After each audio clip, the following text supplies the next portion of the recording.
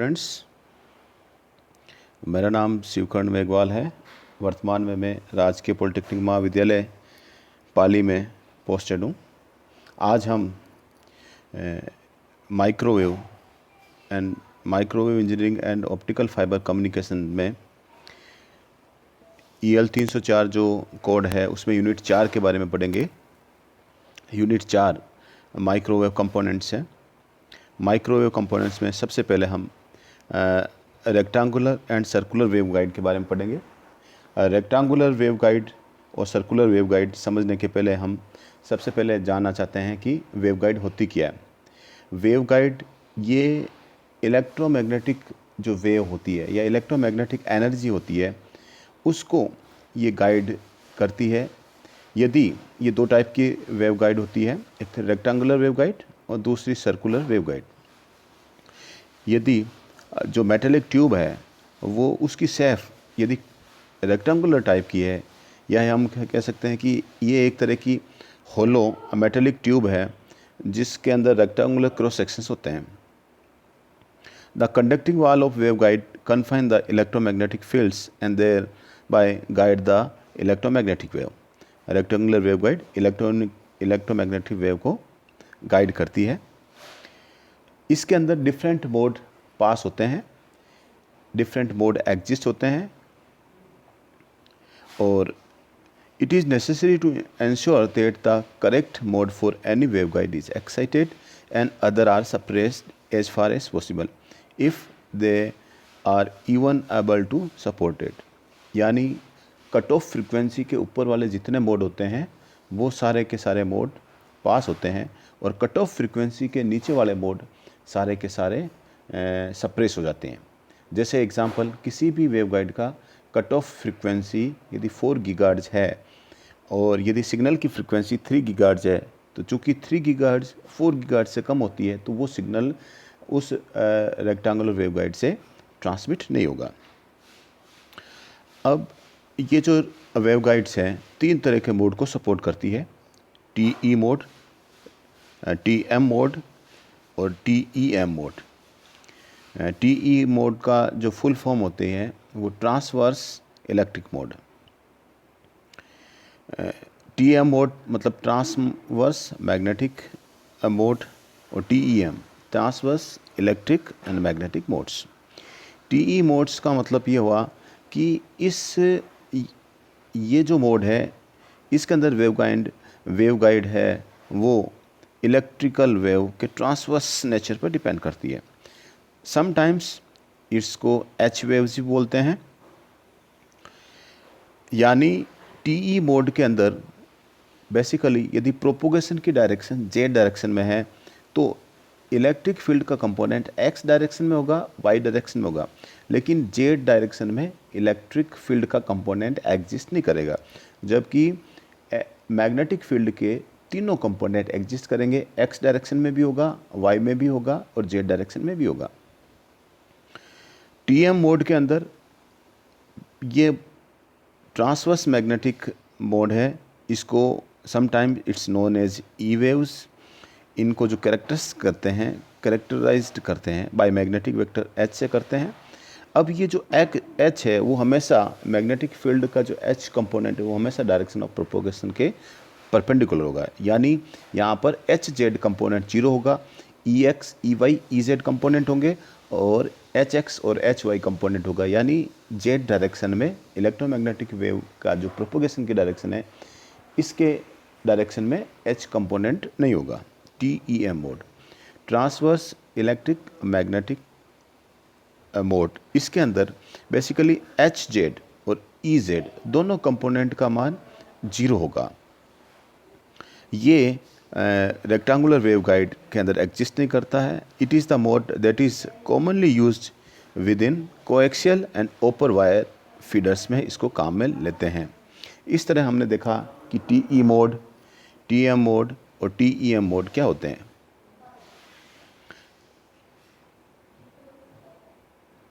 अब TEMN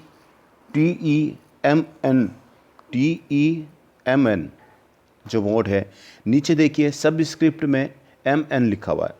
इस subscript m और n का मतलब ये होता है basically half wave a variation of electric field and magnetic field in x direction. n denotes the variation of half wave in y direction of electric and magnetic field. यानी जो m है subscript के अंदर T E के नीचे M N लिखा हुआ है.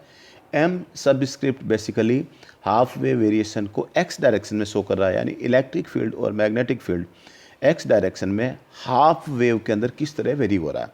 और जो एन सबस्क्रिप्ट है, एन सबस्क्रिप्ट इस चीज़ को शो करता है कि वाई डायरेक्शन के अंदर हाफ वेव के अंदर इलेक्ट्रिक और मैग्नेटिक फील्ड किस तरह चेंज हो रहा है. अब देखिए ये एक रेक्टेंगुलर वेव गाइड दी हुई है जिसके अंदर जो ब्रेड्थ है वो ए है और विड्थ बी दी हुई है, यानी जो नैरोअर वॉल है वो तो बी है और जो ब्रॉडर वॉल है वो ए है. जनरली जब हम स्टैंडर्ड वेव गाइड की बात करते हैं तो ए बराबर 2b काम में लिया जाता है, यानी ए की जो डायमेंशंस है वो बी से डबल होती है, यानी जो ब्रॉडर वॉल है उसकी डायमेंशंस नैरोअर वॉल की जस्ट डबल के बराबर होती है. इस डायग्राम के अंदर हमें देखें प्रोपोगेशन ऑफ डायरेक्शन है वो प्लस जेड डायरेक्शन में शो कर रखा है. जब टी ई मोड की बात कर रहे हैं तो पिछली वाली स्लाइड्स में मैंने बताया कि जो डायरेक्शन ऑफ प्रोपोगेशन है वो प्लस जेड डायरेक्शन के है, यानी इसके अंदर ई जेड का मान क्या होगा, 0 होगा, जबकि एच एक्स के H X H Y H Z के कंपोनेंट हो गए. एच जेड का कंपोनेंट क्या होगा, H naught Z cos M pi X बटा A into cos N pi बटा ए इंटू ई की power iota B C Z होगा. बी सी फेस कांस्टेंट है, जेड डायरेक्शन है और यहाँ पर ए और बी डायमेंशंस है और एम और एन ये हाफ वेव वेरिएशन को शो कर रहे हैं. इसी तरह ई एक्स ई वाई कंपोनेंट निकाल लेंगे हम. बेसिकली इनका जो डेरिवेशन है इलेक्ट्रिक फील्ड और मैग्नेटिक फील्ड का डेरिवेशन डिप्लोमा के कोर्स के अंदर इनका डेरिवेशन नहीं है. अब बेसिकली निकालते कैसे हैं, जो हेल्महोल्ट्ज़ इक्वेशंस होती है उसके अंदर बाउंड्री इक्वेशन को अप्लाई कर दें तो उस समय ये इक्वेशंस डिफरेंट फील्ड की इक्वेशंस आती है.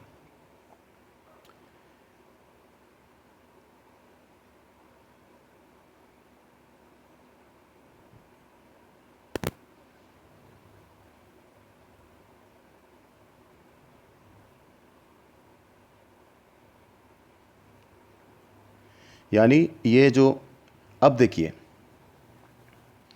अब टी ई एम एन जो ट्रांसवर्स मैग्नेटिक मोड है इसके अंदर हम देखें तो पिछली जो स्लाइड्स थी जिसमें T E M N mode के बारे में बताया गया था, ये T E M N mode है. अगेन जो सब स्क्रिप्ट है एम और एन का मीनिंग वही है, यानी m का x डायरेक्शन के अंदर हाफ वेव के अंदर वेरिएशन को शो कर रहा है. n y डायरेक्शन के अंदर हाफ वेव के अंदर इलेक्ट्रिक और मैग्नेटिक फील्ड के वेरिएशन को शो कर रहा है. tm यानी z डायरेक्शन के अंदर प्रोपोगेशन है तो उस डायरेक्शन में एच जेड कंपोनेंट 0 होगा, यानी हमें फील्ड मिलेगा E X E Y E Z H X और एच वाई, और एच जेड का मान क्या होगा, 0 होगा.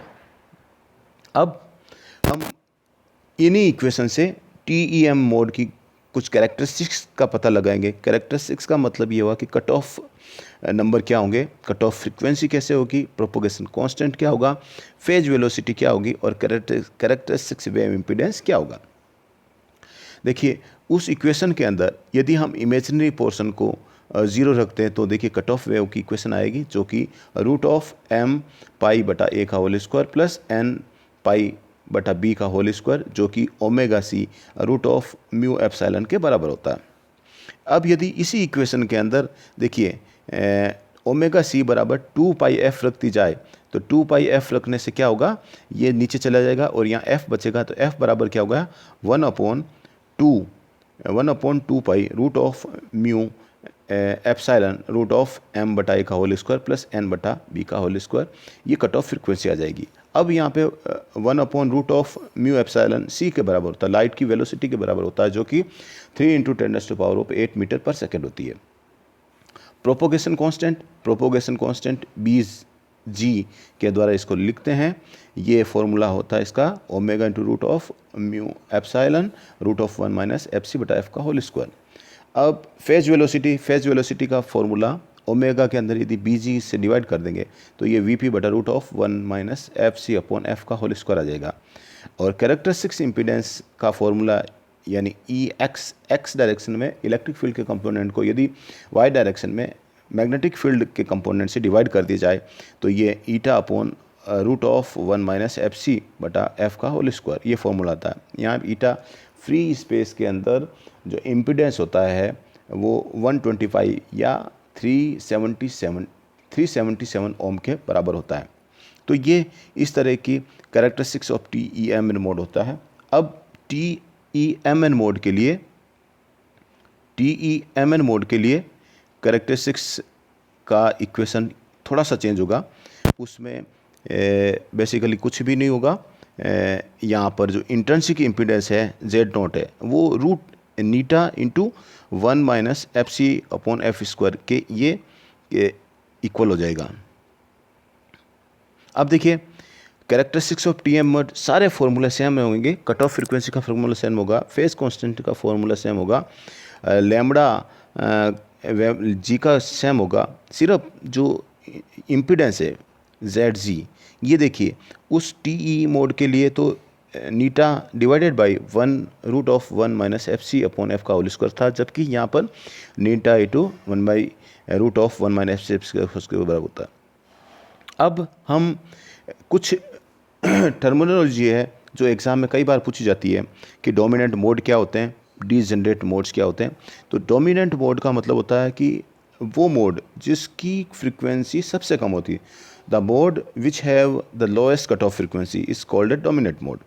TE मोड के लिए सबसे मिनिमम जो पॉसिबल मोड होगा वो TE10 मोड है, यानी कट ऑफ फ्रीक्वेंसी के ऊपर सारी फ्रीक्वेंसी वो सारी की सारी क्या होगी, पास होगी, और कट ऑफ फ्रीक्वेंसी के नीचे वाली फ्रीक्वेंसी के जितने मोड्स हैं वो पास नहीं होंगे। उस समय क्या होंगे, लॉसेज एग्जिस्ट करेंगे। यानी किसी भी सिग्नल के प्रोपोगेशन के लिए एटलीस्ट जो फ्रीक्वेंसी है वो कट ऑफ फ्रीक्वेंसी से ज़्यादा होनी चाहिए। और TE मोड के लिए TE10 मोड क्या होता है, डोमिनेंट मोड होता है। डीजेनरेट मोड्स का मतलब, और मैग्नेटिक फील्ड के लिए TM11 मोड क्या होता है, वो डोमिनेंट मोड होता है। कभी भी TM10 या TM01 मोड एग्जिस्ट नहीं करते हैं, क्योंकि मैग्नेटिक फील्ड किस में होता है, लूप्स में होता है, और लूप्स के लिए x और y दो कोऑर्डिनेट दोनों चाहिए, इसलिए TM11 मोड ही एग्जिस्ट करेगा। कभी भी TM01 या TM10 मोड एग्जिस्ट नहीं करेगा। डीजेनरेट मोड्स का मतलब होता है कि इन ए waveguide when 2 or more modes have the same cut off frequencies then they are said to degenerate modes. यानी इस तरह के मोड्स जिसके अंदर इस तरह के दो मोड्स जिनकी कट ऑफ फ्रीक्वेंसी सेम होती है वो डीजेनरेट मोड्स कहलाता है। जैसे TEMN या TMN1 ये दोनों एक दूसरे के डीजेनरेट मोड कहलाएंगे। कब, जब और M और N का मान क्या है, 0 के इक्वल नहीं होना चाहिए। अब हम फील्ड पैटर्न की बात करते हैं। फील्ड पैटर्न देखिए, मैंने बताया कि जो सब स्क्रिप्ट होता है बेसिकली वो क्या होता है, हाफ वेव वेरिएशन होता है एक्स डायरेक्शन में इलेक्ट्रिक और मैग्नेटिक फील्ड का। तो यहाँ इस डायग्राम के अंदर देखें अपन TE10 है, यानी एक्स डायरेक्शन के अंदर इलेक्ट्रिक फील्ड का वेरिएशन कितनी बार है, एक बार है। तो डायग्राम में देखिए एक बार दिया हुआ। दूसरा TE20 मतलब हाफ वेव वेरिएशन कितनी बार है, 2 बार है। TE30 यानी देखिए 3 बार इलेक्ट्रिक फील्ड का वेरिएशन है। डायग्राम में देखें तो देखिए एक ही बार इलेक्ट्रिक फील्ड चेंज नहीं हो रहा, दूसरी बार में 2 बार चेंज हो रहा है, और तीसरी बार में 3 बार चेंज होगा। और देखिए TM11 मोड का ये बता रखा है, यानी एक्स डायरेक्शन और वाई डायरेक्शन के अंदर मैग्नेटिक फील्ड का कंपोनेंट एग्जिस्ट करेगा, और चूंकि ये किसके अंदर होती है, ये लूप्स के अंदर होती है। तो इस तरह अपन किसी भी रेक्टेंगुलर वेवगाइड का फील्ड का पैटर्न हम बना सकते हैं। अब देखिए कुछ डिफरेंट मोड्स का और फील्ड पैटर्न बताए हुए हैं। देखिए TE10 रेड लाइंस के द्वारा शो कर रखा है, यानी एक ही बार चेंज हो रहा है। TE20 में देखिए 2 बार चेंज हो रहा है एक्स डायरेक्शन में, और TE01 में देखिए वाई डायरेक्शन में इलेक्ट्रिक फील्ड चेंज हो रहा है, TE11 में एक्स में भी हो रहा है, वाई में भी हो रहा है। तो इस तरह हम किसी भी रेक्टेंगुलर वेवगाइड का हम फील्ड पैटर्न बना सकते हैं। तो आज हमने पढ़ा कि रेक्टेंगुलर वेवगाइड क्या होती है, उसके बाद में इनके अलग अलग फील्ड कंपोनेंट्स पढ़े और इनके TE mode, TM mode, TE mode के बारे में पढ़े और उनके बाद में इनके फील्ड पैटर्न्स डिफरेंट मोड्स के क्या होते हैं और डोमिनेंट मोड क्या होता है और डिजेनरेट मोड्स क्या होते हैं, ये आज हमने पढ़े। Thank you.